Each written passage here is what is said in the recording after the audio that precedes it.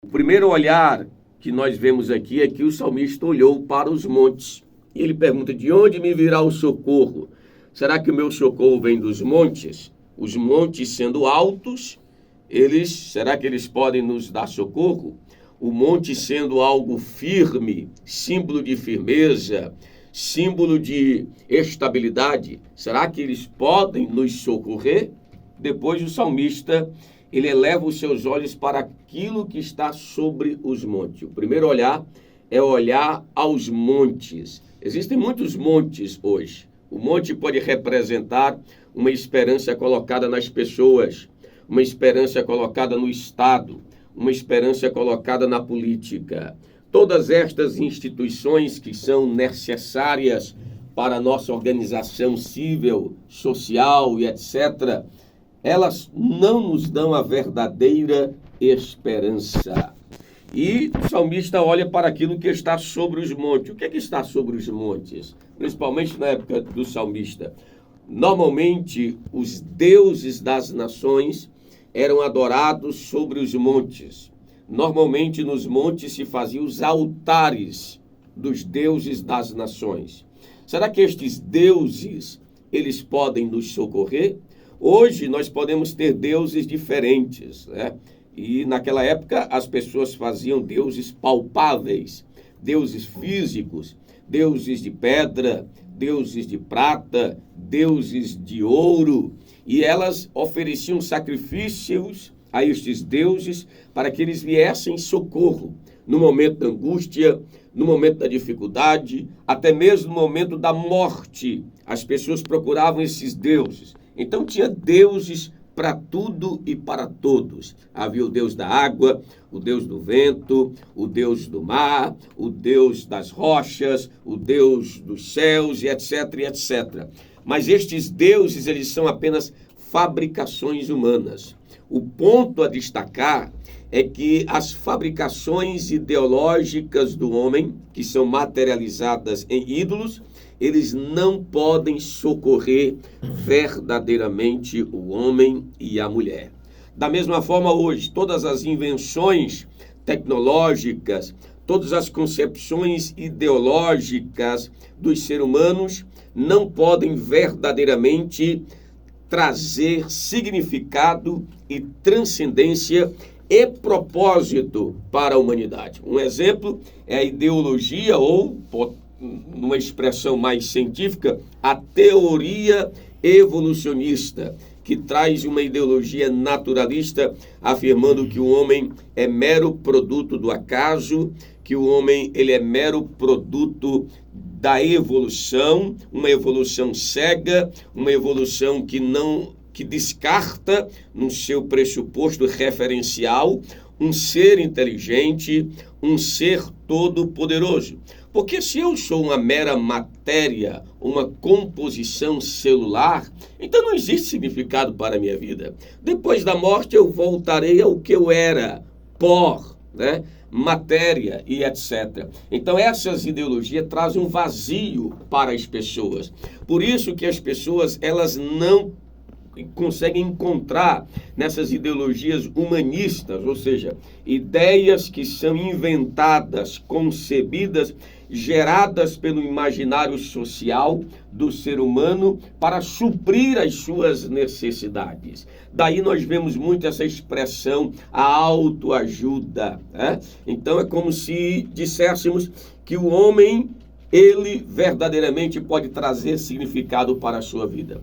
Mas as Sagradas Escrituras combatem tais ideias, porque o homem não é produto do acaso, o homem não é simplesmente uma composição de matérias ou coisa parecida. A Bíblia diz que ele é criado à imagem e semelhança de Deus.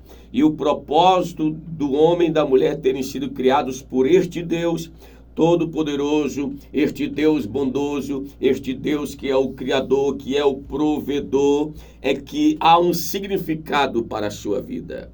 Depois da morte não acaba nada, pelo contrário, temos uma eternidade toda pela frente.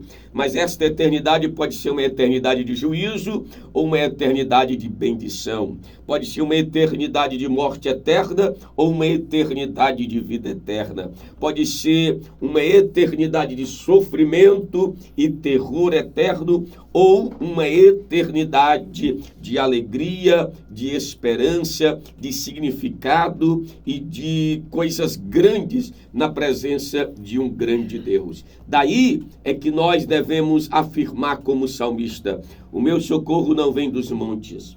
O meu socorro não vem dos deuses que está sobre os montes, das ideologias concebidas pela humanidade, não. O meu socorro, ele vem do Senhor, que fez os céus e a terra.